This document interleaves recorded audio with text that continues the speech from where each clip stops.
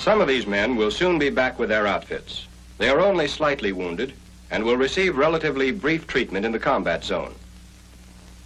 But others have been hit hard and will need many weeks and months of treatment and convalescence. They will be transferred to numbered general hospitals in the communication zone, where equipment is more elaborate, and difficult specialized procedures can be more readily performed. The seriously sick and wounded are transported to general hospitals by ship and by plane, by ambulance and ambulance train. General hospitals, whenever possible, are located near main ports of debarkation and have good road and railway facilities so that the wounded can be moved as promptly and as comfortably as possible. There are numbered general hospitals throughout the world in all theaters of operation. Hospitals of three sizes: 1,000 bed, 1,500, and 2,000.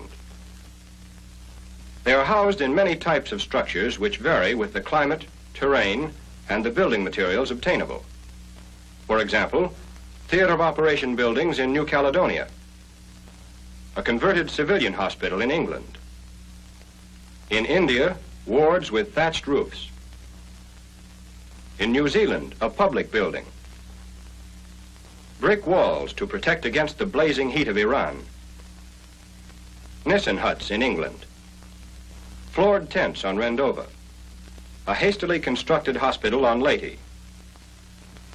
In the early days of the New Guinea campaign, before the engineers arrived, it was even necessary for medical personnel to pitch in and build their own hospital.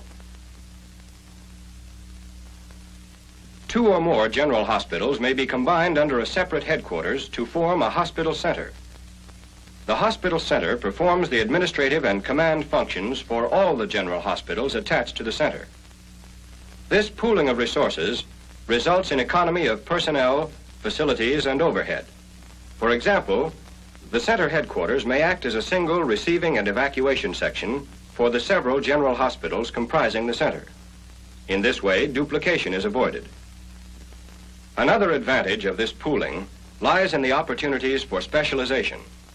Individual general hospitals attached to the center may be assigned to treat specific types of injuries or diseases. And this, too, makes for both economy and medical efficiency. The general hospitals are usually situated fairly close to the hospital center. But before examining the workings of a general hospital, let's see how the organization is set up. Attached to the hospital center are from 2 to 10 general hospitals. Each general hospital has 2 groups of services, one administrative and the other professional. The administrative group consists of 5 departments: personnel, registrar, mess, supply, and utilities. The professional group also consists of 5 services: surgical, medical, dental, X-ray, and laboratory. Various auxiliary teams like laundry, refrigeration, and postal may be attached to the hospital to perform special tasks.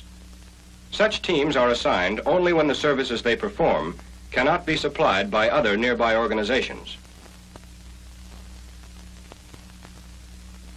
Well, the patients have been evacuated from the combat area and are now ready to enter a numbered general hospital. Incidentally, those men exercising in the background are not patients. They are corpsmen going through the conditioning phase of a training course.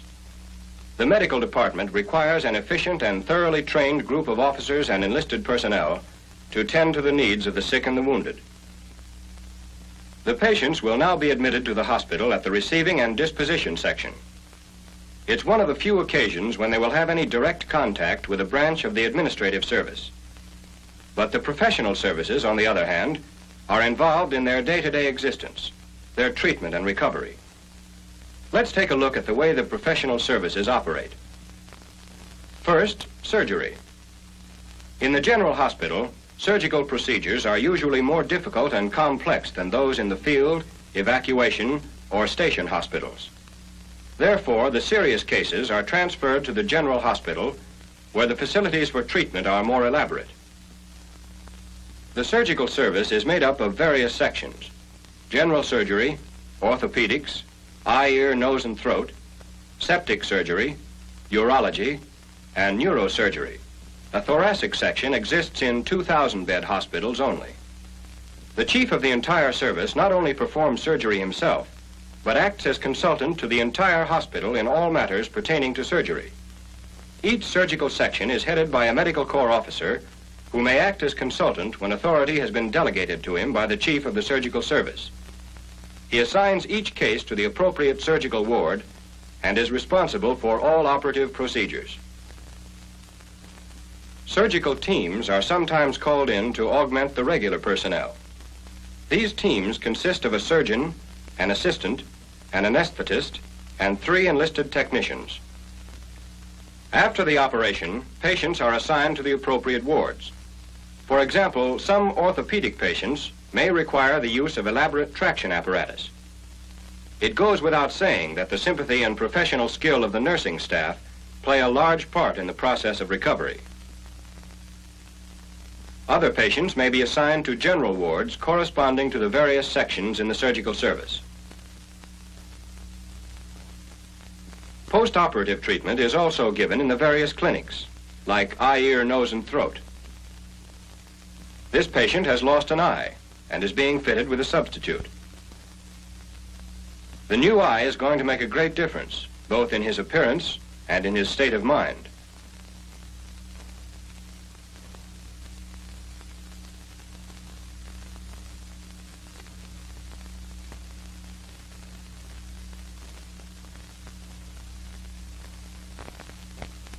The physical therapy section ordinarily functions as a division of orthopedics and is operated by a staff of women who are commissioned physical therapy aides.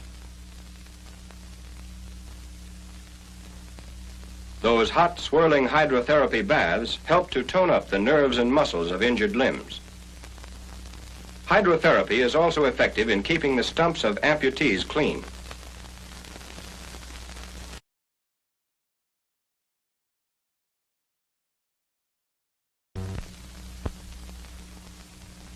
Now for the medical service. In general, its functions are the same as those in the station hospital. It's organized in various sections, like general medicine, communicable disease, gastrointestinal, cardiovascular, and so on.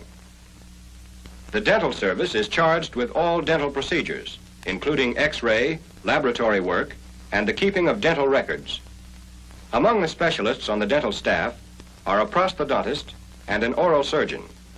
They are assisted by several enlisted technicians. A fourth service is X-ray. In addition to handling X-ray work both in the department itself and in the wards, it is charged with fluoroscopy and the location of foreign bodies. Also, all processing and interpretation of films. The laboratory service is composed of 3 sections. 1, clinical, has jurisdiction over all work involving blood counts, pathology, autopsies, and microscopic sections.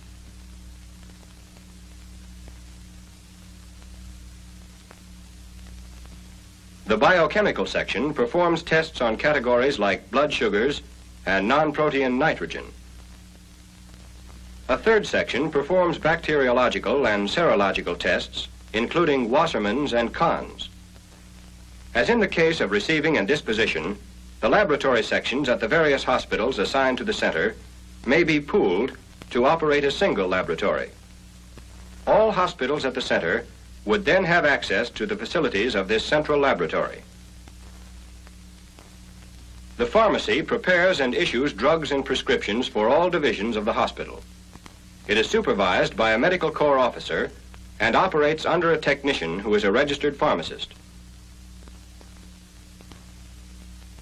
When patients have recovered sufficiently to require little or no further medical care, but are still not ready to return to duty, they undergo a period of reconditioning here at the hospital, or perhaps later at a convalescent camp. All the devices and techniques of reconditioning are employed, and strength gradually returns to those injured bodies and limbs. The whole program is designed to make the men thoroughly fit again, ready both physically and mentally to return to duty. However, not all of them are so fortunate. Others need further hospitalization. Those requiring special care in the final stages of treatment, like plastic and neurological surgery and certain delicate eye operations, are always evacuated to the zone of the interior. This is not because general hospitals overseas are unequipped to treat these cases. It's simply a matter of medical corps policy. Also evacuated are those patients who obviously require more than a 4-month period of treatment. For these, the next lap is a general hospital in the States.